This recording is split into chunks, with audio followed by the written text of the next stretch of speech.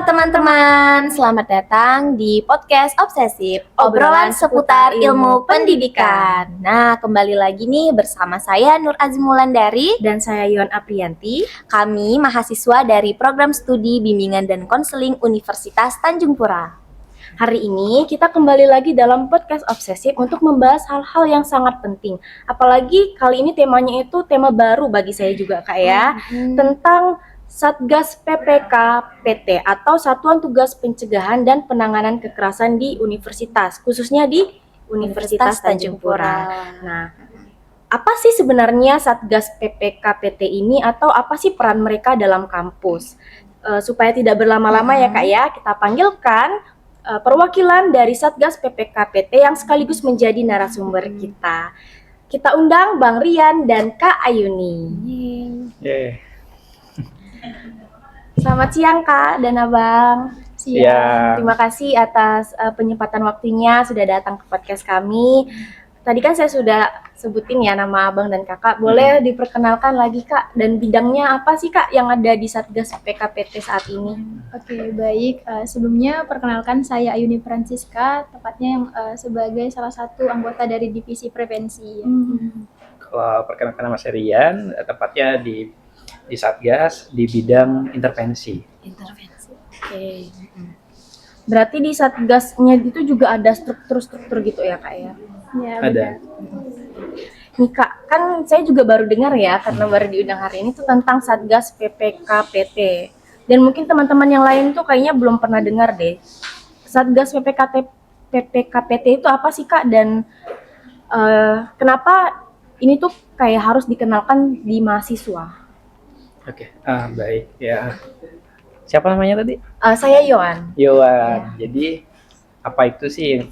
Masih banyak mahasiswa khususnya di Universitas Tanjung Pura belum mengetahui apa itu sih Satgas PPKPT. Jadi Satgas PPKPT sebelum dia berganti nama menjadi PPKPT dulunya adalah Satuan Tugas Pencegahan dan Penanganan Kekerasan Seksual.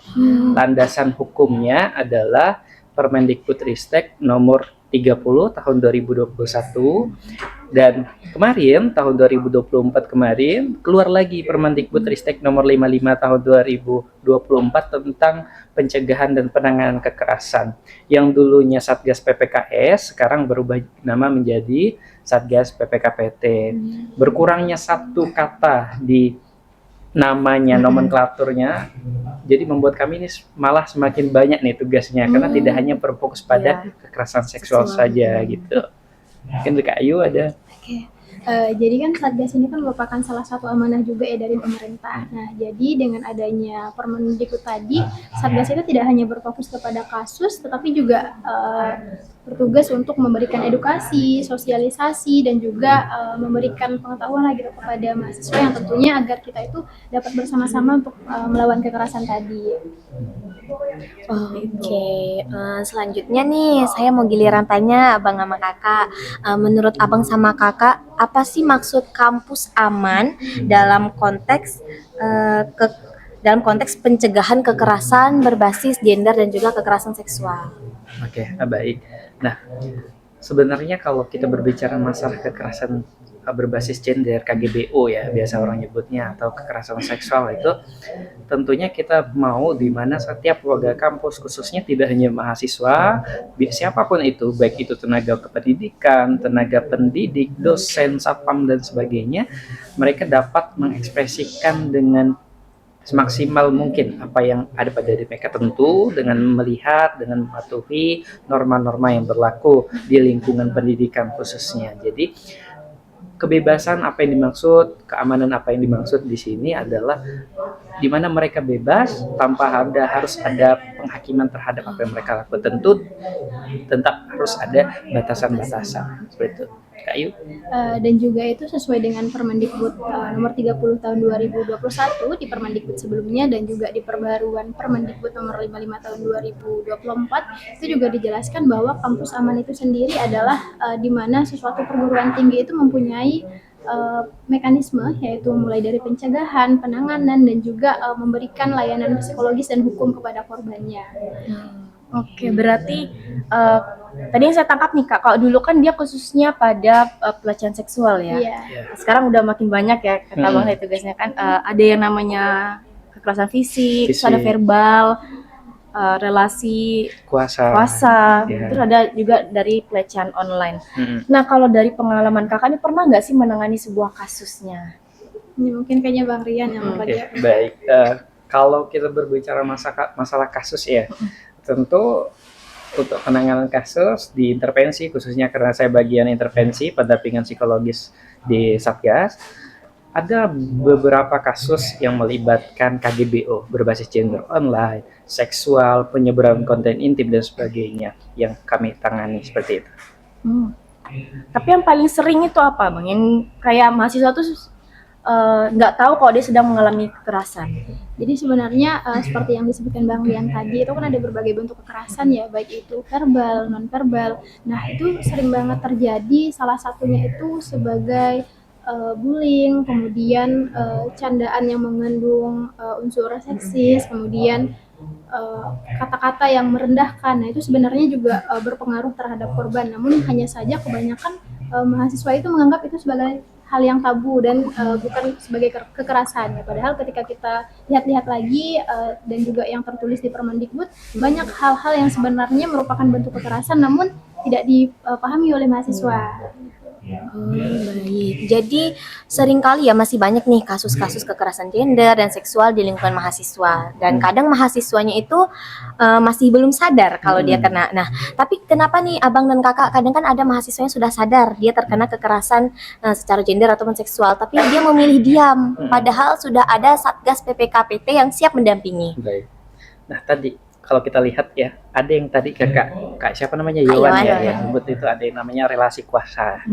Ada ketimpangan relasi kuasa. Misalnya yang korbannya adalah mahasiswi junior, pelakunya misal ya kita contoh di sini ya, pelakunya adalah mahasiswa senior ataupun bahkan tenaga pendidik, dosen, maka ada rasa takut di situ, ada ancaman yang sebenarnya kita lihat ketika dia melaporkan, ketika dia mengadukan ini ke Satgas, ada ketakutan yang sebenarnya itu belum tentu terjadi gitu. Ketakutan bahwa nanti ketika dia melaporkan dosennya, dia akan dikurangi nilainya, dipersulit akademisnya dan sebagainya, seperti itu.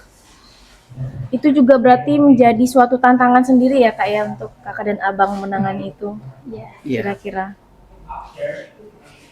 Nah, kalau dari Kakak Abang juga nih sebagai satuan tugasnya, hal-hal kecil yang biasa dilakukan mahasiswa itu apa sih yang supaya mereka itu bisa menciptakan lingkungan kampus yang lebih aman dan suportif? Ya, mungkin untuk hal-hal kecil ya Kak ya.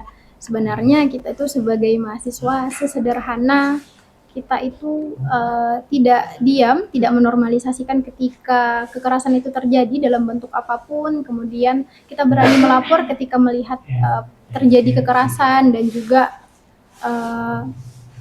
ketika kita nih mungkin di dalam beberapa situasi melihat secara langsung. Nah, sebagai mahasiswa kan kita tahu nih bahwa di sini sudah ada Satgas. Nah, harapannya sesederhana teman-teman kemudian menginformasikan atau mungkin tidak takut untuk melaporkan pelaku itu juga sangat berarti. Nah, di lain situasi juga teman-teman bisa mendukung teman ketika ada temannya yang berani melapor. Nah, jadi bukan menghakimi teman kita yang melapor, namun justru mendukung itu. Nah, itu juga sudah sangat berarti, terkhususnya untuk korban. Mungkin dari Bang Rian ada tambahan? Iya, sangat diperlukan dukungan daripada teman sebaya ya, dukungan daripada teman-teman para korban, karena ketika mereka takut untuk melapor, apa yang bisa kita lakukan sebagai teman adalah di mana kita dapat menyediakan ruang aman bagi dia bercerita, ruang aman bagi dia untuk mengadu. Jangan kita malah menjadi orang-orang yang kamu sih berperilaku seperti itu, kamu sih berpakaian seperti itu. Orang-orang dengan penyintas atau kekerasan seksual, baik itu kekerasan seksual maupun kekerasan lainnya, mereka sebenarnya sudah tidak dapat berpikir jernih ketika mereka dilakukan pelecehan ataupun kekerasan tersebut, sehingga bentuk penghakiman dari teman yang sebenarnya dipercaya dia bercerita karena dia percaya, tetapi teman-temannya malah menghakimi dia, itu adalah bentuk yang sangat sangat berdampak terhadap keadaan psikologisnya seperti itu. Oke, baik Bang. Nah, kalau selanjutnya saya pengen nanya nih Bang, sebelumnya apa sudah ada yang pernah melaporkan kejadian, misalnya dia sedang mengalami kekerasan seksual atau gender. Nah, ketika ada yang melaporkan seperti itu, bagaimana tahap tindak lanjut dari Satgas PPKPT Untan? Apakah ditangani oleh bagian dalam PPKPT saja atau ada pihak-pihak luar yang ikut campur juga nih dalam tindak lanjut? Oke, baik. Terkhusus melapor kemana? Jika dia melapor ke Satgas, tentu bentuk penanganan adalah dari Satgas tersebut ya. Satuan Tugas Pencegahan dan Penanganan Kekerasan Universitas Tanjung Pura itu adalah amanat dari kementerian, khususnya berdasarkan Permendikbudristek nomor 30 dulunya ya. Jadi kenapa harus ditangani? Kenapa harus Satgas yang menangani? Karena dikhawatirkan ketika misalnya ada fakultas menyelesaikan permasalahannya, yang satu menyebarkan video intim seseorang, misalnya foto-foto pribadi, hanya di atas hitam di atas putih, hanya dimatai, di damai aja dah, gitu. Nggak ada bentuk sanksi, nggak ada bentuk shock terapi yang dapat diterima oleh para para pelaku tersebut, sehingga keberulangan itu akan mungkin terjadi. Memang mereka tidak dibebankan, misal di fakultas misalnya ada sebuah unit yang juga bisa menangani hal ini, tapi mereka tidak diamankan untuk bisa melakukan proses penjatuhan sanksi, karena pemberian hukuman atau dan sebagainya itu adalah di Satgas yang memiliki wewenang karena berdasarkan Permendikbudristek tersebut. Maka itu juga menjadi salah satu hambatan bagi kami di Satgas khususnya, karena yang pertama tadi banyaknya mahasiswa atau warga kampus ya, kita bukan hanya mahasiswa ya korbannya ya, warga kampus yang diam, kemudian kurangnya kooperatif dari para fakultas-fakultas yang menyelesaikan permasalahannya sendiri karena tidak mau jelek fakultasnya. Ketiga, kurangnya kesadaran daripada setiap warga kampus tersebut. Seperti itu, Pak. Kan dari Kak Ayu. Dan juga untuk teman-teman ingat juga kalau di Satgas itu kita dalam menangani kasus tentunya tetap pertama berpihak kepada korban dan juga kita memegang unsur kerahasiaan. Nah, jadi sepanjang pelaporan itu kita tetap menjaga kerahasiaan informasinya. Nah, namun di dalam beberapa penanganan, pencegahan dan sebagainya kita juga menyiapkan nih tim hukum, psikolog, dan tentunya di sini Satgas itu bekerja sama juga dengan beberapa pihak, tentunya untuk kenyamanan antara korban itu sendiri. Mungkin apa tambahin ya, boleh ya? Satgas nggak hanya mahasiswa, teman-teman perlu ketahui. Kami ada 11 orang, 6 dosen, 1 tenaga kependidikan, dan 4 orang aja mahasiswanya. 4 orang aja. Jadi bukan organisasi kemahasiswaan, tapi memang satuan tugas yang dibentuk oleh berdasarkan pemerintah, Permendikbudristek. Jadi ada dari dosen, ada dokter juga, kemudian ada tendik, ada dan sebagainya. Jadi kita di situ bekerja sama, ada tim hukumnya, ada advokasi dari dosen-dosen hukum yang akan membantu proses penyelesaian masalah yang terjadi. Seperti itu. Nah, kalau dari kakak abang, kira-kira punya nggak pesan untuk para mahasiswa nih supaya nggak takut untuk melaporkan atau memberitahu kepada Satgas ya, terutama tentang apa yang udah mereka dapatkan, terutama ada kekerasan atau pelecehan yang mereka terima. Oke, baik. Yang pertama, terkhususnya untuk mahasiswa ya, pertama kita harus sadar dulu nih bahwa banyak sekali kekerasan yang sebenarnya terjadi di Universitas Tanjung Pura gitu. Baik itu secara per fakultas maupun di prodi barangkali Bang ya, yang sering terjadi. Nah, jadi teman-teman tidak usah khawatir ketika terjadi kekerasan, maksudnya kekerasan itu bukan aib sebagai korban, bukan sebagai aib untuk korban, namun itu adalah suatu struktural permasalahan yang harus kita ubah bersama gitu ya Bang ya.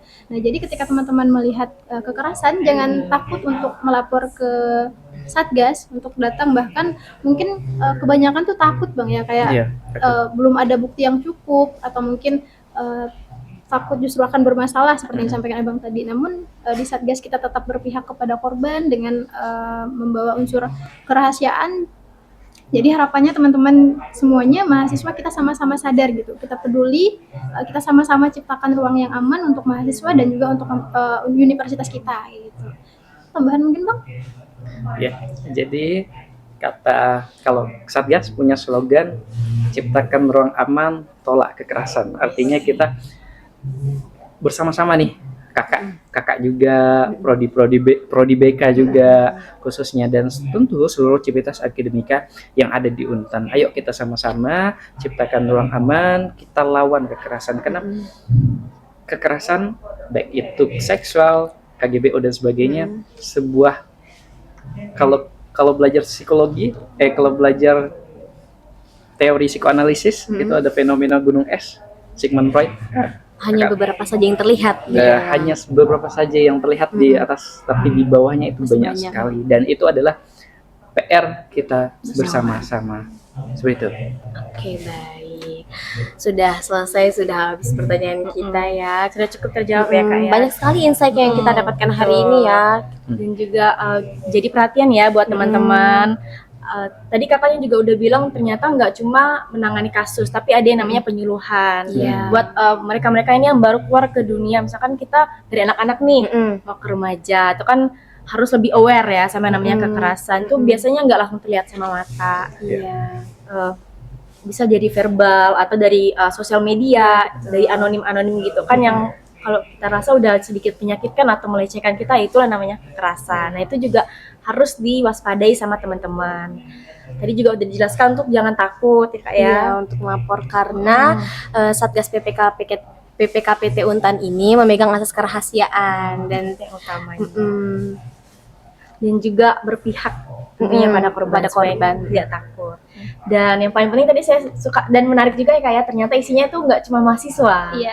Banyak apa namanya? Ada dosen, ada dosen, ada dokter, dan ada psikolognya, dosen hukum yang tentu kalau untuk mendukung atau untuk mensupport tuh udah sangat pakar ya. Berarti kan memang Satgas PPKPT Untan ini memang dibentuk untuk hal yang memang serius, bukan hanya hal yang biasa-biasa saja gitu ya Bang.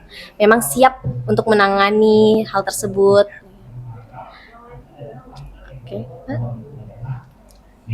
Jadi sekian dulu podcast kita untuk hari ini teman-teman. Semoga dapat membantu teman-teman untuk lebih aware dan tahu lagi nih ketika menghadapi atau mendapatkan kekerasan, dapat pelecehan dari teman-teman, dari senior, atau bahkan dari Teman terdekat, atau keluarga, siapapun itu yang ada di kampus atau merasa udah nggak aman nih pergi ke kampus gitu ya. Jangan takut untuk hubungilah Satgas PPKPT yang ada di Universitas Tanjung Pura atau universitas teman-teman masing-masing. Terima kasih Bang Rian dan Kak Ayuni untuk ilmunya yang sangat luar biasa, memberi kita pengetahuan yang baru. Terima kasih untuk teman-teman yang sudah nonton. Sampai jumpa di podcast obsesif berikutnya. Bye bye.